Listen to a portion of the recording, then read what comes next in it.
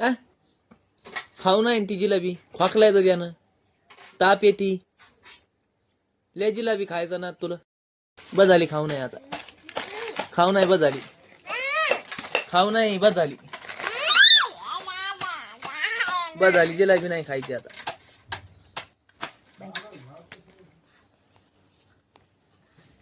जिलाबी नाही खायची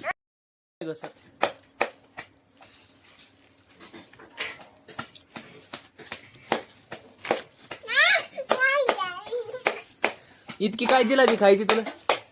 डायरेक्ट एक वडी खायची काय तू एक वडी काय आलं